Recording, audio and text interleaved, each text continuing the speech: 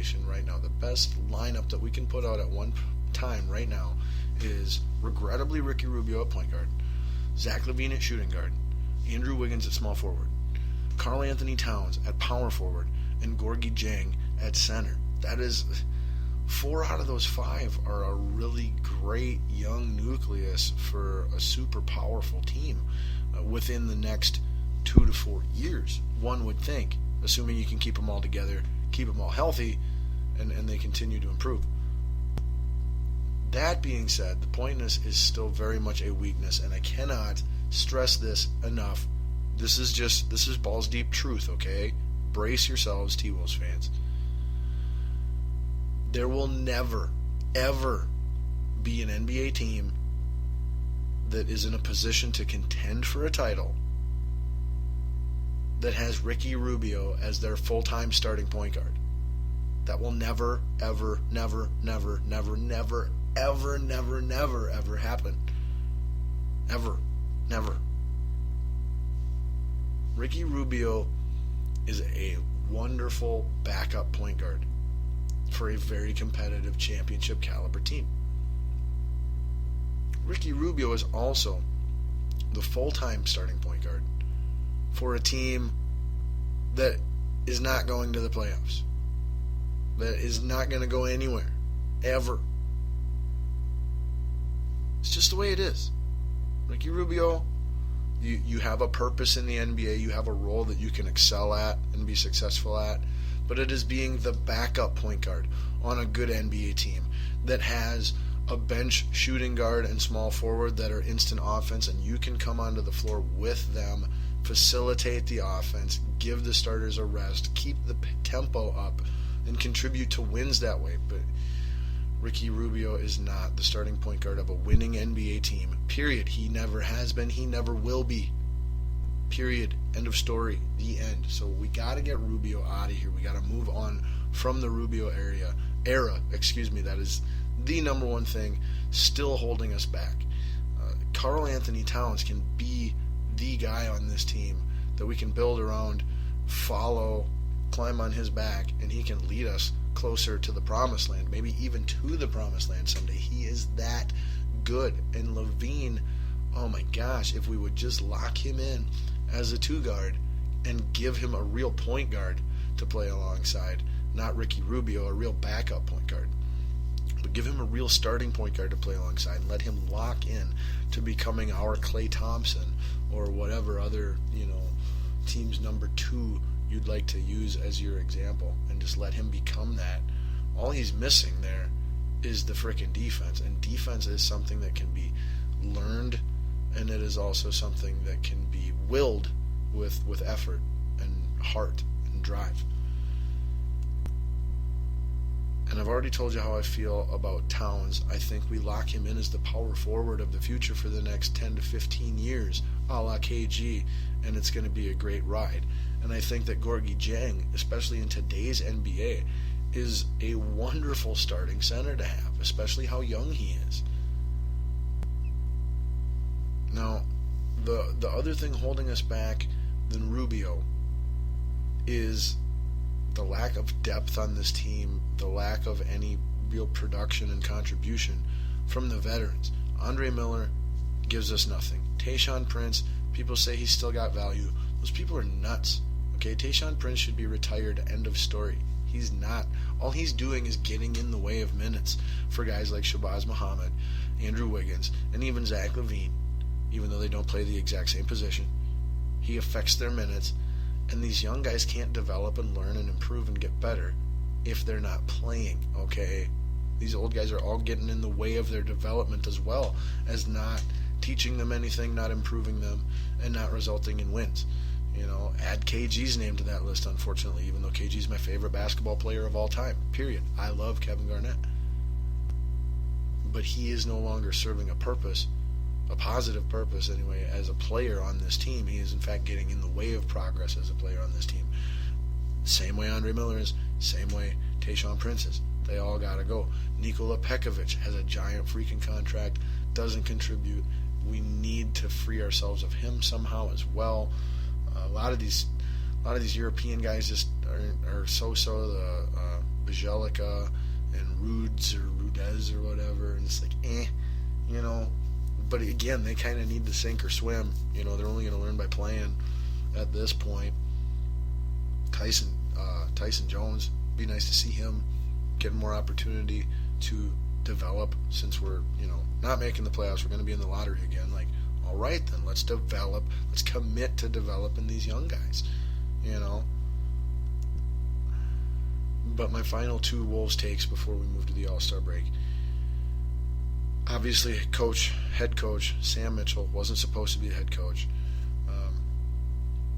He's had some questionable decisions. He's had some questionable responses to things. Overall, he's not doing terrible, but I don't feel like he is the right guy for this group whatsoever.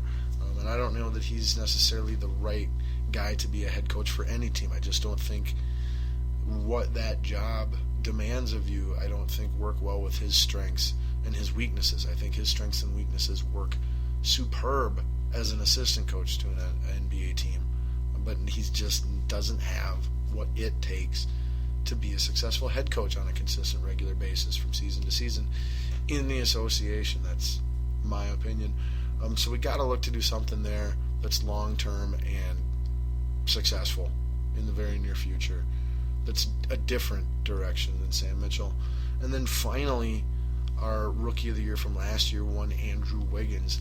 I am on record and want to continue to go on record as I am not sold on this guy one bit at all. I've been trying to figure out who he is. To me, he is a short version of Tracy McGrady, and that's not what you want your frickin' cart hitched to. If you're an NBA franchise, what did T-Mac ever accomplish for a team in the association? Jack diddly freaking squat. Nothing. Creating abysses and black holes of non-competitiveness. That's what Tracy McGrady contributed to every NBA franchise that he played for in his career, albeit he was a great individual talent. That's what Andrew Wiggins can strive to be. Andrew Wiggins will never have the 4 inches of height difference that McGrady had when it comes to length and stuff like that. But game-wise, they're almost identical, with the exception that T-Mac became a great outside shooter, and Wiggins still has to develop into a great three-point shooter. But other than that, they're skinny. They do not have an NBA body. They're going to break down. They can't handle an 82-game season year after year. They don't finish strong at the basket, particularly consistently. Very one-dimensional when it comes to just playing offense. Low effort consistently. Lackadaisical. Very questionable basketball IQ on a regular basis. I'm not sold one bit on Andrew Wiggins, and I think what would be in the best interest of the Minnesota Timberwolves is to make a two-player move happen. We need to trade away Andrew Wiggins for a real point guard, someone of a Mike Conley, Jeff Teague, maybe even a little better than that. Rajon Rondo, not necessarily him, but someone like him. Darren Williams, he's a little old. Chris Paul's too good. I don't want to say Chris Paul, like that's a little out of reach, but like a Kyle Lowry that we saw in Toronto. Trade Andrew Wiggins for Kyle Lowry, straight up, boom, and then oh my gosh, then we'd have Lowry and Levine in our backcourt, and we can take Rubio and trade and then get rid of him for some adequate starting small forward like a Trevor Ariza type of guy. That would be a great scenario, someone that's good, proven good, but not like super huge, expensive, big money, to where you're building the team around the newly acquired point guard and Cat and Levine and Jeng. Let's go. Let's do that. Then from there, all we need is depth. That's all we need. Coaching and depth. Coaching and depth. We make one deal where we ship away Wiggins and Rubio, and we get, Mike Conley and Rudy Gay, or Lillard and McCollum. That one ain't gonna happen. Patrick Beverly and Trevor Ariza from Houston for Wiggins and Rubio, or Lowry and whoever their small forward is from Toronto. That's the one I'd really like most of all. That's all we need. Wiggins is not helping us win games. Rubio doesn't help us win games. They both hold us back. They're super one-dimensional. They're in Cat's way more often than not. Like I said, this team needs to be built around Cat as the superstar, much the way the All-Star Weekend festivities are. So let's segue into that. By the way, just wanted to bring in these league numbers real quick that I thought were interesting. It's the first time ever going into the All-Star break that two teams have had 45 or more wins. We've got the Warriors at 48-4 and the Spurs at 45-8. And I believe it is also the first time ever that there are 3 40-win teams at the All-Star break. The third being your Oklahoma City Thunder at 40-14. The Cavaliers are still your 1 seed in the East at 38-14.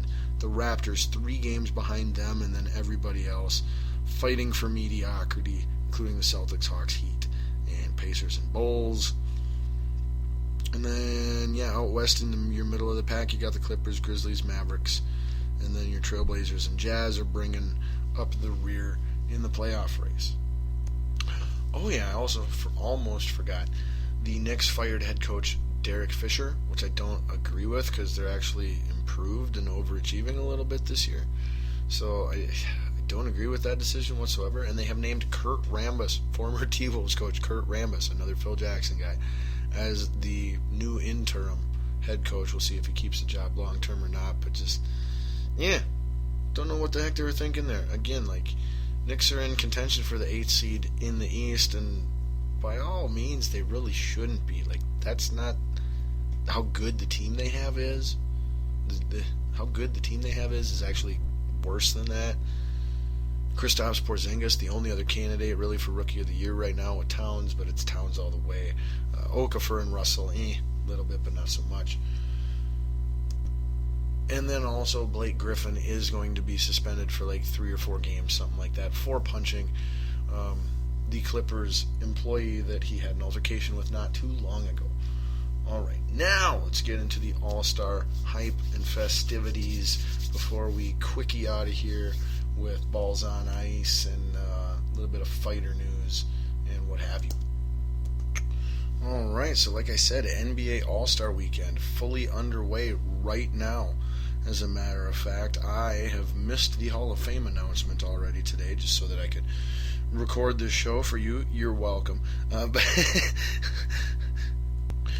But nonetheless, we've got some fun basketball festivities in store tonight already. We're at 7 p.m. I believe 7 p.m. Eastern Time, so 6 p.m. Central Standard Time where I live. We've got on the ESPN channel the NBA All-Star Celebrity Game presented by Mountain Dew, which will feature Team USA versus Team Canada, which is going to be a very common theme this weekend for everything, considering that the All-Star festivities are in Toronto, Canada. Now, the two celebrity teams going up against each other would be 4-time defending, reigning MVP Kevin Hart. Comedian Kevin Hart will have a team of his going head-to-head against one of Canada's most proudest imports ever, which honestly to me isn't saying much, Mr. Drake. No, his name's not Mr. Drake. His name is just Drake. Drake Johnson, Drake Smith, Drake Wolakowski. Probably not, I don't know, but Drake. The guy that looks like Chris Brown and wishes he had Chris Brown's girlfriend. Or I don't know how that whole freaking thing works, but anyway, it'll be his team, basically the Canada team led by Drake, versus the United States team led by Kevin Hart. Kevin Hart's 4-time reigning defending MVP of this game. You gotta like those odds. However, being a celebrity game, I feel that the entertainment value and shenanigans are going to play too big of a role. It's going to be similar. It's going to have a Harlem Globetrotters type of feel to it as far as the fix goes. And I think Team Canada, in fact, comes out on top in your NBA All-Star Celebrity Game this week. So boom, Big prediction there. Then at 9 o'clock, well, it'd be at 8 p.m. Central Standard Time over on TNT tonight.